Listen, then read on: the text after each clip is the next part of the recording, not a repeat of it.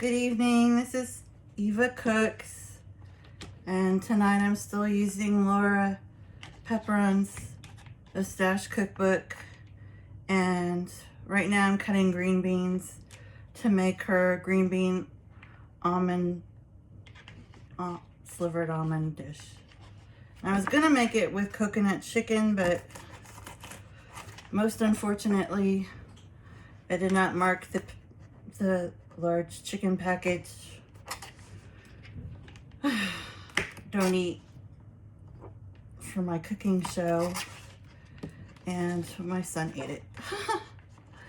So I'll have to go back and buy more. So right now he is very athletic and he's always eating. I'm trying to gain weight. I don't know what that would be like, wanting to gain weight, but that's what he's trying to do. But anyway, so tonight we're going to be making, I guess, the green bean dish and the chicken tomorrow. And I got out the sweet potatoes, but to maybe make her sweet potato dish, but I must say it's rather complicated, so I might have to study that one a little bit and do it later. So what she does first is just get fresh green beans. She said her mom had this trick where she would put baking soda in the boiling water when she boiled any green vegetables. So I guess I'm gonna try that for the first time. I've never heard of that.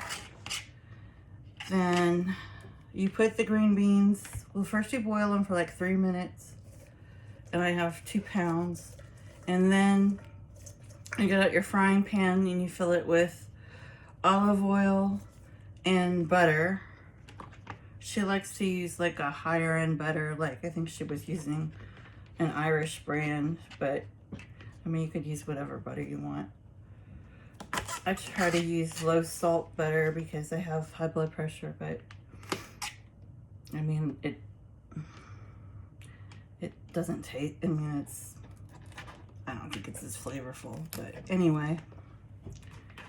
And then she puts the lightly cooked green beans. You can steam them also if you prefer to do that. And then she puts them in the frying pan with the oil and butter. Well, no, before she puts the green beans in, she chops up slivered almonds, which I have, which are easy to buy at the grocery store. But I guess she takes a mortar and pestle and she breaks them down so that they're, you know, mashed up more. And then she browns the almonds. I add onion because I really don't cook without, like, if I'm making like entrees, I usually always use garlic and onion. Fresh garlic. I always do that, even if the recipe doesn't call for it, just because I think it's more flavorful. And sometimes peppers, but anyway. So I'm still doing this, and I was going to talk a little bit while I was cutting vegetables about stress in your health. I wasn't on here for a couple days because I've been having some health issues because of stress, because I burn out my adrenal cortisol levels, and it messed up my adrenal gland. And so now I'm having to go to Vanderbilt in Nashville, which is a specialized hospital, see an endocrinologist, get a bunch of testing to see if I do have to have this operation or not have it. And I won't bore you with all the details because they are giant snooze alert. But I will say that I wish I would have avoided all this by not letting my electrolytes get wildly out of control. Because when you have adrenal problems, your potassium gets out of line, which is really bad for your heart. I mean, like, it isn't, in my case, it didn't do any damage, but it's never good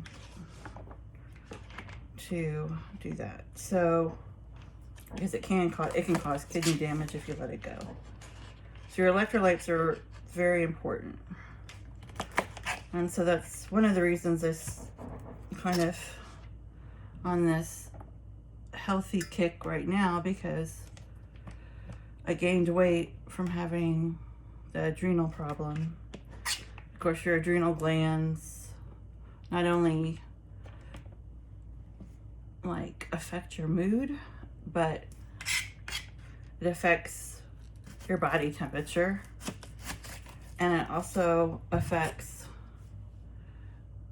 your heart rate can go high. You can have all kinds of symptoms, almost like menopausal symptoms or premenopausal symptoms, but you know, that's not what's happening. It's your thyroid and your adrenals reacting to that. And this, unfortunately, is not the first time I've done this. Well, with my adrenal glands it is, but it's not the first time that I've let stress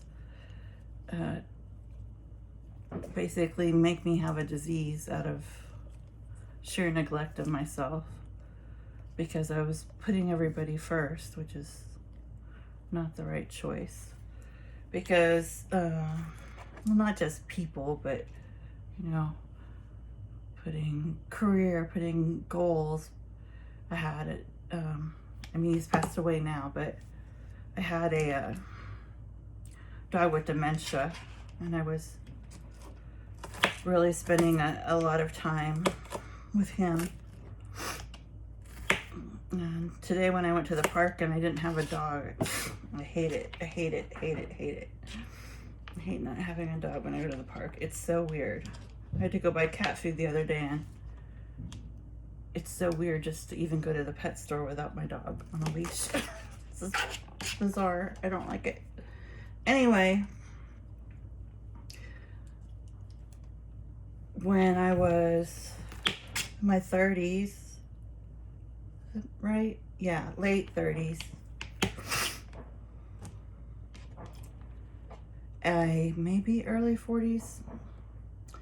I almost had a burst appendix because, and it ended up I had to have emergency appendix surgery, and what could have just been laparoscopic, because it wasn't that, I mean, people get their appendix out all the time laparoscopically, and it's not that big of a deal. It's pretty routine. But what had happened is I was having these severe stomach pains and back pain, and I just kept ignoring it because I had a big event coming up for the library, and I had a managerial position, and I was doing a bunch of events and book clubs, and I had kids in I don't know, what were they in at that point? Maybe junior high for one of them, and the other one high school. And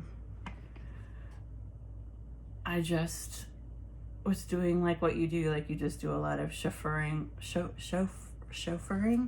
because nobody has their driver's license yet, and or if they do, insurance is too expensive at that moment. Everyone's saving up to pay insurance. Anyway, I just let it go and spent a whole lot of time focused on everybody else, and then the pains got worse and worse, and I just suffered. And then I guess I thought I couldn't take a personal day or whatever to like go check it out. I certainly didn't think anything was like seriously wrong. I just thought I had an ulcer. And then I finally went to the ER because I could barely walk, and then yeah, my marriage was crumbling because my ex had a long-standing substance abuse problem, and so I also was focused on that, which he finally took care of. We haven't been together for years and years, but he's actually doing great these days and has a wonderful family, but got remarried. But at that time, I was just thinking about all the people. I think I was doing the jail volunteer program, that very, very, very early stages of it, for literacy. And all I kept thinking about was like all these people I had to do all these things for, and deadlines. And when I finally got to the ER, the doctor was like, I have to have emergency surgery. And then when they went in there, they're like, it was just about to burst. And then they had to like cut me vertically, large incision. And then I had to have there's some other stuff done that was invasive and unpleasant. And then I had to end up in the hospital for 2 weeks, which, you know, with insurance companies, they never let you stay that long. And then by that point, I started having a lot of blood pressure problems because I was just not taking the time to do stuff like this and eating healthy. And I mean, we ate dinners at home. We weren't getting a lot of takeout, but I was making a lot of like chicken parmesan, pasta, lasagna with meat, and cheesy enchiladas. I mean, it was basically just Wednesday we were like eating crap, but we were not eating greens, that's for sure. And I don't know, like I had a juicer, but I just never had, I didn't make the time to do it properly. So, and I was just obsessed with caffeine. Like, just not taking the time to go for regular walks at that time, because I just didn't feel like I could take that time for myself. Well, I just didn't think I could keep up with everything else and take that time for myself, I should say. So, should have learned my lesson then, but I did not. And now it's happened again. So, I guess the lesson would be, if you don't take care of your body by making nutritious choices and doing food prep and making things that are good for you and your family, you're just going to end up with, you know, metabolic stress disorders, because that's, and like a lot of, what do they call it? Like rheumatology. Women get a lot of things like lupus or the MS, or, I mean, they just get a lot of chronic conditions, early arthritis, because they're not taking care of their bodies and taking the time to, you know, do exercise for themselves. They're just too busy taking kids to soccer practices, or, you know, just all the stuff, laundry and all of it you're doing. But you're gonna pay for it, I guess is my point. And I guess it's very easy to forget, because even though I went through that awful experience where I almost died if I hadn't gotten to the ER that day, because you can die from that bursting, because it's all that fluid goes all through your abdominal cavity. It's really not a pretty picture. And like, I totally knew it. Like, I totally was having extreme pain. I mean, trouble walking kind of pain. But I just felt like, you know, in this society we have that's all about making the most money and being productive and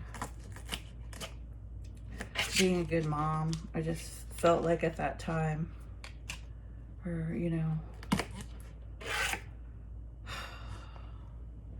supporting other people, like, I didn't consider what would happen if I didn't put myself on that list. All right. So, I must say, the older kids get, the easier it is to find the time.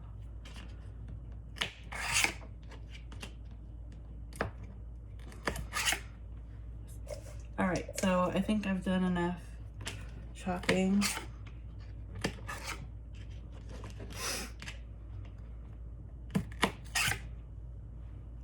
Oh, maybe not the onion.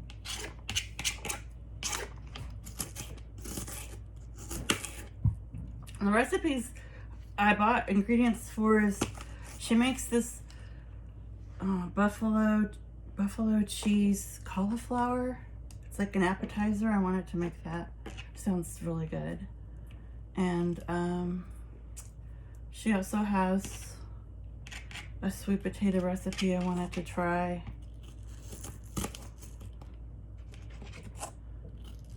But I thought the coconut chicken sounded the best too. And then I still want to make the pesto spaghetti sauce from scratch, but I have not found my mini food processor, even though I have an obscene amount of